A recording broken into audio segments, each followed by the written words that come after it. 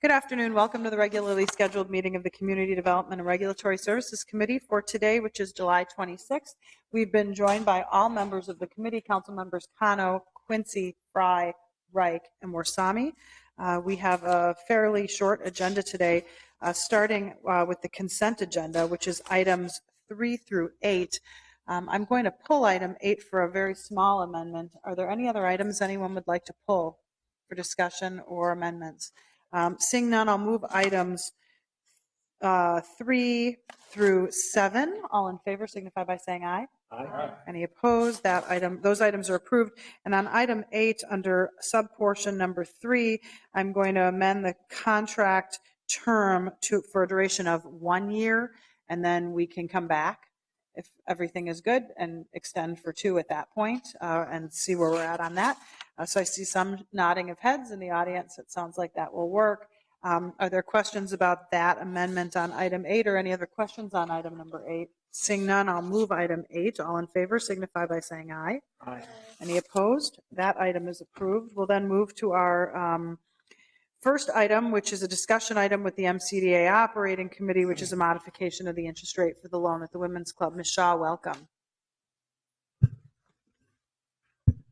Good afternoon, Madam Chair, members of the committee. What you have before you is a request for an authorization of amendment to the documents related to setting the interest rate for Women's Club of Minneapolis Series 2007 MCDA Bank Qualified Bank Direct Bonds. In 2007, the City of Minneapolis and MCDA authorized the issuance of $2,915,000 of revenue bonds for the Women's Club. The interest rate at the time was set at 5%, which was fair for the market. And at this time, approximately $1 million in bonds remain outstanding. The Women's Club has the opportunity to decrease the interest rate to 2.75% by amending the current note. And the term of the 2007 bonds and all of their associated documents that were executed in 2007 will remain. And if you have any questions, let me know. For Ms. Shaw on item number 1. Seeing none, we'll open the public hearing on item number 1, which is a modification of the interest rate for the Women's Club. Is there anyone here to speak to this issue? Anyone? Anyone? Seeing none, we'll close the public hearing. Councilmember Quincy. Thank you, Madam Chair. I'd like to move approval of item number 1. Item number 1 has been moved for approval. Further comments or questions? Seeing none, all in favor signify by saying aye. Aye. Any opposed? That item is approved. Before we move forward, I'll note I was working off of an old agenda and the numbers were all off and the clerk is confused. So because of that, I just want to make sure that everyone knows the consent agenda is items 7 through 12. They're the same items, just a different number. And I just want to note that the amendment was to item 12, not item number 8. Do you need us to codify that in some way, Madam Chair? Okay. Great, thank you. Then we'll move on to Regulatory Services public hearing agenda, starting with item number 2. Good afternoon, Madam Chair, members of the committee. I'm Kim Keller from Regulatory Services. Before you is a technical amendment which would add to the methods in which city departments can communicate with property owners. Over the last 5 years, Regulatory Services mailed an average of 114,000 official notification letters to rental properties every year. The goals with this amendment are threefold. 1, to reduce the number of letters that we need to mail, saving both time and money. 2, to communicate with property owners in a more timely manner. And 3, to take better advantage of our new enterprise land management system. Eventually, this change could allow inspectors to write inspection reports, issue orders, and then issue citations in the field and have them automatically emailed to property owners. As this ordinance is a general provision for the city, other departments which send official mailings to property owners could also take advantage of it. And CPED's Development Services and Environmental Health have expressed specific interest in this change. I'm available for any questions. Are there any questions for Kim on item number 2? Seeing none, thank you for your report. We'll open the public hearing on item number 2, which is changes related to electronic services, notices, and orders. Is there anyone here to speak to this issue? Anyone? Anyone? Seeing none, we'll close the public hearing. Councilmember Fry.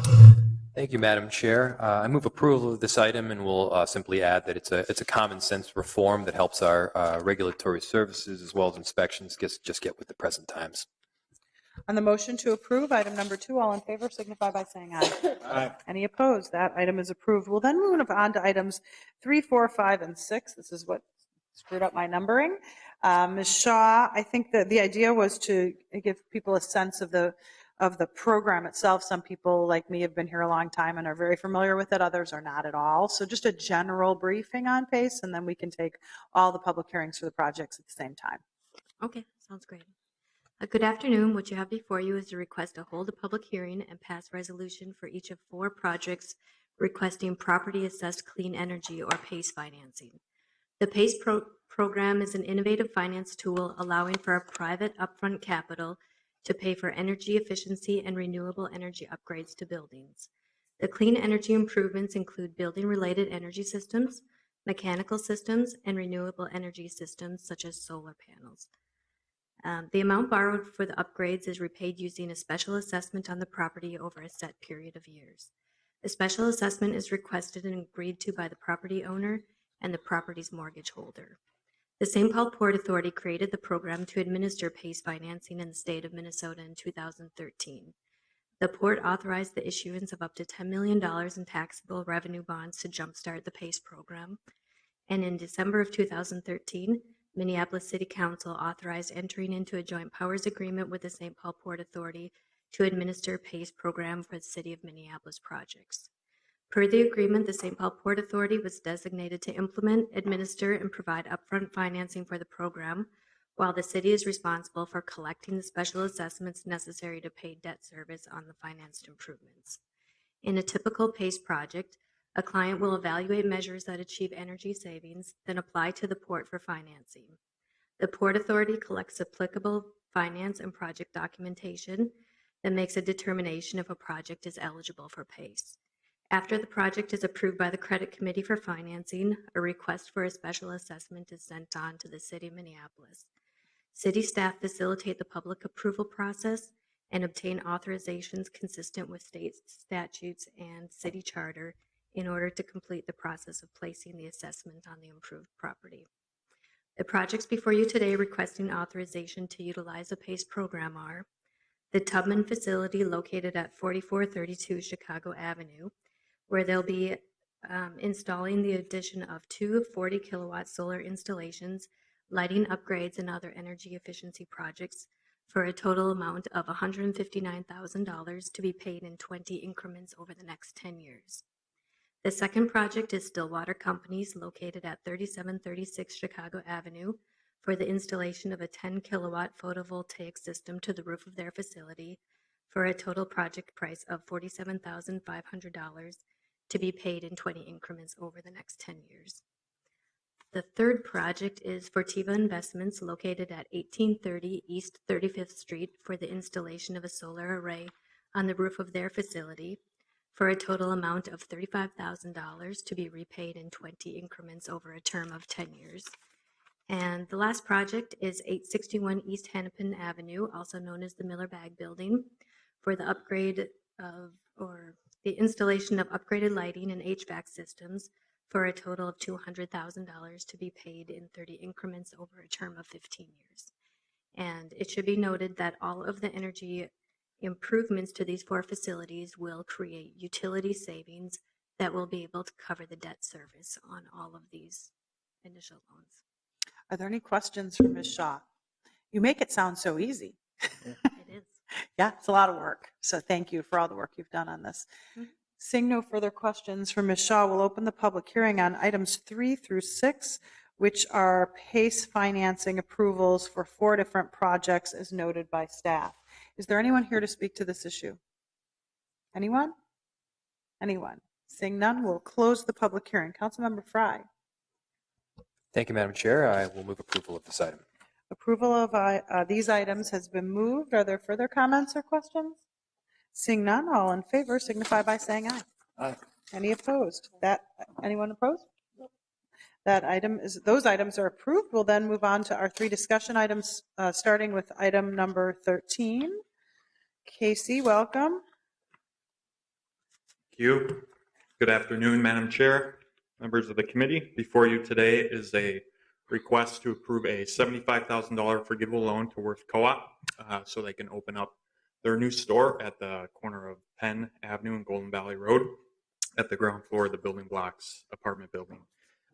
Worth has started out as a small organization of community members, and over the past 8 years, they've grown to a registered co-op association with over 700 member owners. They've signed a letter of intent with the building owner, Building Blocks, to move into about 4,000 square feet of the ground floor space. The total project budget is approximately $1.2 million, and to date they've raised roughly 70% of that. The majority of equity is coming in the form of a $500,000 grant provided by Latino Economic Development Center, who received the money from the U.S. Department of Health and Human Services for healthy food initiatives. And they've raised about $70,000 of equity from their members. They have bank commitments just this last week from Sunrise Banks and Shared Capital Cooperative, and they have pending loan requests with Community Reinvestment Fund, and then 2 pending grants with the McKnight Foundation and Hennepin County. If we approve the financing, the store is able to open. They project to open in November and create roughly 11 jobs, some full-time, some part-time, and all the full-time jobs would pay a living wage. And then the terms of our loan would be, as they meet those hiring requirements, the loan would be forgiven. It comes about to $6,800 per loan that would be forgiven per job. So this is an important project. It's providing healthy food to the community. It's providing neighborhood community members a chance to own the co-op in their neighborhood. We've seen that model be successful in other parts of the city. So I recommend that this be supported. And members of Worth and LEDC are here as well to show their support. Are there any questions for staff on this report? Sounds like there's not. I don't know. Is there any discussion? I just have a few comments to make. Councilmember Quincy. I certainly yield to you, Councilmember, because I have a feeling we're saying about the same things. This is a really good project. And it's a rather modest investment on the part of the city, which big returns, but they're existing in a food desert in many ways, and to have this as a community-based cooperative arrangement and a diverse set of funding streams coming in to add support to the project, I'm just pleased the city of Minneapolis can be a part of it. So I wanted to thank you for bringing it forward and for its partnership with all the developer that they're going to be taking the space with. I don't feel like I live in a food desert, but I live very near North, and this would be the co-op that would be closest to where I live. And for Worth Co-op to succeed, you need Bryn Mawr, Golden Valley, and the near North communities to all shop at the same place. And this has been a dream for a lot of people, including my former colleague, Annie Young, in the making over a 15-year period. There have been a lot of ups and downs on the location. I could cry. I'm so excited that they got this done at this location. I think Casey and I, more than others, know how difficult it is to finance an inner city grocery store. It's very difficult, and the margins are very low. And to be able to do something like this in this location, which has been a dream of a lot of people for a long time, for this modest investment, given all of the leverage, I think makes some sense. And those who know me probably couldn't believe they saw it on the agenda. So I do think in the end, there's a lot of leverage here for something in a community that quite frankly deserves it, I think. So I'm happy to move approval and really proud of the work that our staff has done, but mainly really excited for those who have toiled on this project for a long period of time. So thank you for your work. On the motion to approve the staff recommendation, further comments or questions? Seeing none, all in favor signify by saying aye. Aye. Any opposed? That item is approved.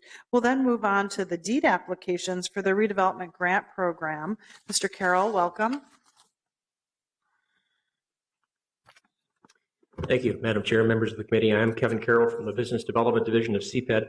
I'm usually here wearing my Brownfields hat a couple times a year, but DEED has a redevelopment grant program. You don't see me as often because the funding for this is kind of sporadic. Sometimes the legislature funds it and sometimes it doesn't, but they have some money now, so they're going to conduct a round. They have about $1 million available.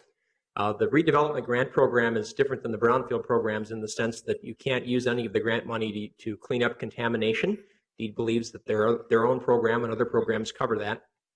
This is more commonly used for things like interior and exterior demolition, infrastructure, new sewer and water lines, things like that. It's a 50-50 match program. You calculate how much deed eligible cost you have, and deed will give you a grant for up to half of that. Typically, the developer pays the remainder. We solicited applications in the usual manner with email blasts and information put on our website and informational meetings and that type of thing. We have 4 projects here which we think are interesting. As far as we can tell, they're supported by city staff, and also we've heard no objection from any neighborhood groups to these projects. Deed, as I said, has about $1 million available. They try to give 50% of that to greater Minnesota projects if they get enough applications, and they typically do. So these projects and others are basically fighting for $500,000. We've got grant applications here that probably exceed that by a 2-to-1 ratio, but this is a hard program to get projects to fit into. Deed has a very narrow definition of redevelopment. In their view, what they're kind of looking for is a classic situation where you've got an abandoned industrial building, all the windows are gone, the roof's gone, it's full of pigeons, and you're going to tear that down and build something completely different. We very often don't get those types of projects. We get adaptive reuses and rehabilitations and things like that. So with your consent, we will submit these and see what Deed staff think of them, and we hope to get 1 or possibly 2 of them funded with luck. Mr. Carroll, I don't see an explanation of Penn Avenue Union. What is that? It's basically a housing project. It's a mixed income, mixed use rental apartment building. There's some existing single family homes that would be demolished for that. And we may have a representative here to address that if you have further questions, but. So that's the Devon George, I mean, we just approved Worth Co-op, which is a food thing, and I don't know, is this a food thing? Is this a housing thing? It's across the street. It's primarily a housing thing at first floor commercial space. Got it. Okay. Any other questions for Mr. Carroll? Thank you very much for your report. You bet. I'm going to move approval of the staff recommendation, and just note that every one of these projects are a big push. They're all a big uphill push. Obviously, I'm very familiar with that Glenwood, which is the rehabilitation of a whole bunch of abandoned buildings that should turn into something really interesting. The Harris Food Building's suggestion that has Denord Craft Spirits participating in it would be a great thing for them. And the North Market proposal, which is in a long abandoned site in Council President Johnson's ward that used to be a grocery store. Yeah. Actually, I don't know enough about the Penn Avenue Union project to comment on it, but they're all really important projects in tough locations. And so it seems like the perfect match for this fund. We hope so. So I'm going to move approval of item number 14, the staff recommendation of these 4 projects.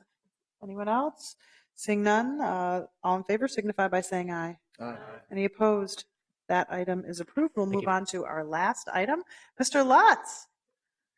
Thank you, Madam Welcome. Chair. I get to present very often in front of CD committee, so it's always a pleasure to be here. I'm here today on Hennepin Theater Trust, or HTT's, request for a loan of $2.8 million for the acquisition and renovation of the former Solera building, which is located at 900 and 906 Hennepin Avenue. In addition to the request for the loan, HTT has made a request for a $250,000 grant. It's staff's recommendation to approve the terms of the loan as well as the grant. Tom Hoke, President and CEO of HTT, is with us today. If there are questions about the programming and mission of Solera and how it meets the mission of HTT. Just by way of background, HTT is a nonprofit organization whose mission is to create positive change through the arts by bringing together people, businesses, and organizations in the West Downtown Cultural District. For several years now, HTT has been renting office and small space theatrical space in City Center. Acquisition and renovation of the Solera building would create a permanent home and allow them to consolidate their operations and move the New Century Theater over to the Solera building. And the Solera building would also potentially help with respect to fundraising and better serve its current and future theater guests. And since 2005, I just want to mention, because I think Councilmember Goodman, you're the only council member here who was there when we did the lease with HTT back in 2005. And I just want to report that HTT has complied with all the terms of its lease with the city for the State Orpheum and Pantages theaters, including fulfilling and exceeding performance standards. attracting hundreds of thousands of people downtown every year for a variety of performances, including Broadway.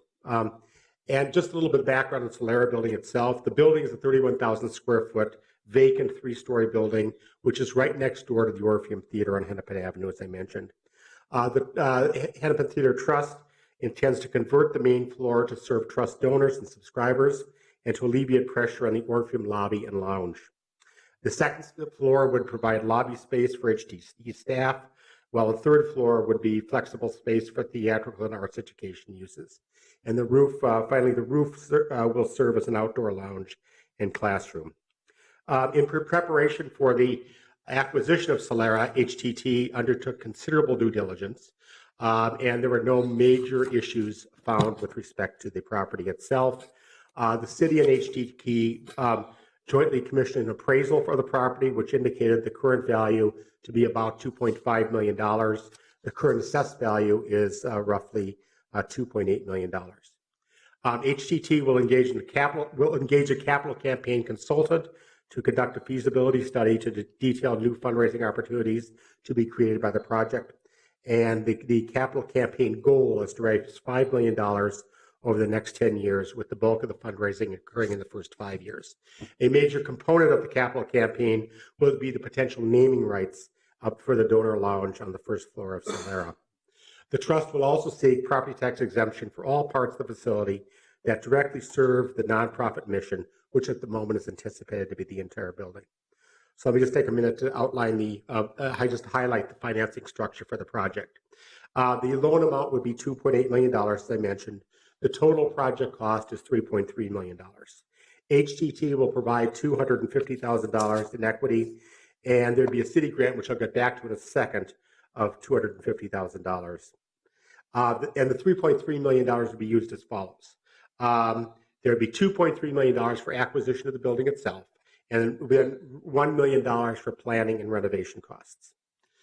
Initially, the loan will be funded through the city's development account, and permanent funding will come from the common project tax increment funds ultimately. But in order to do that, we need to amend the common project to include the Solera block, and that amendment will be before the CD committee in September. The loan maturity date is 8 years, which can be extended under certain circumstances. The loan will be interest only for the first 2 years. The interest rate is 3.25%, and the loan will be secured by a city first mortgage on the property. During the 8-year period, HTT will seek a private first mortgage loan that will take out the city's financing, and the loan will be repaid through a combination of capital support, ongoing fundraising, concession revenues, and savings in office rent. I've mentioned the city grant of $250,000 a couple times now. Without going into detail, when the terms of the Block E deal were renegotiated back in 2014, there was a payment by the owners of Block E to the city of $250,000. At that time, several council members expressed the desire for those funds to go to HTT, and the trust has requested that those funds be granted at this time for the acquisition and renovation of the building. Finally, just a word on business subsidy. Neither the grant nor the loan constitutes a business subsidy because the intent is not job creation. And then finally, City's Development Finance Committee took it up last week, and the committee voted to support the staff recommendation, but they suggested 2 additions to it. Number one, that there be a recapture provision of $250,000, or the $250,000 grant, if the building is sold or repurposed during the term of the loan, and that also there be a requirement that any excess cash flow after debt service be used for repayment of the loan. Madam Chair, that concludes my presentation. Thank you, Mr. Lutz. Did the folks at the Hennepin Theater Trust agree to the Development Finance Committee's suggested terms? I'll let Mr. Yes. Yeah, yes. Okay. Other questions for Mr. Lutz? I just want to point out, I was the author of the deal in 2005. We are the owner of the theaters. Yep. all of us in the room and everyone watching on TV. So we have a distinct interest in making sure that the theaters succeed. So there's been a little bit of chatter online about, oh, they're going to buy Solera just to help their wealthy donors. No, they're actually going to buy Solera to make money off their wealthy donors, because right now those wealthy donors are making money for the operator, not the nonprofit. And so that is a problem for us, and that all the people who come downtown who buy a drink inside the theater, all of the profit from that actually goes to a company in New York instead of to the Hennepin Theater Trust. And so if we can make the experience better for all of those that are attending the theater, and that they buy their food and beverage from the Hennepin Theater Trust, then it would be better for the Hennepin Theater Trust to generate additional sources of revenue, because they are us. It's not unlike AEG at the Target Center.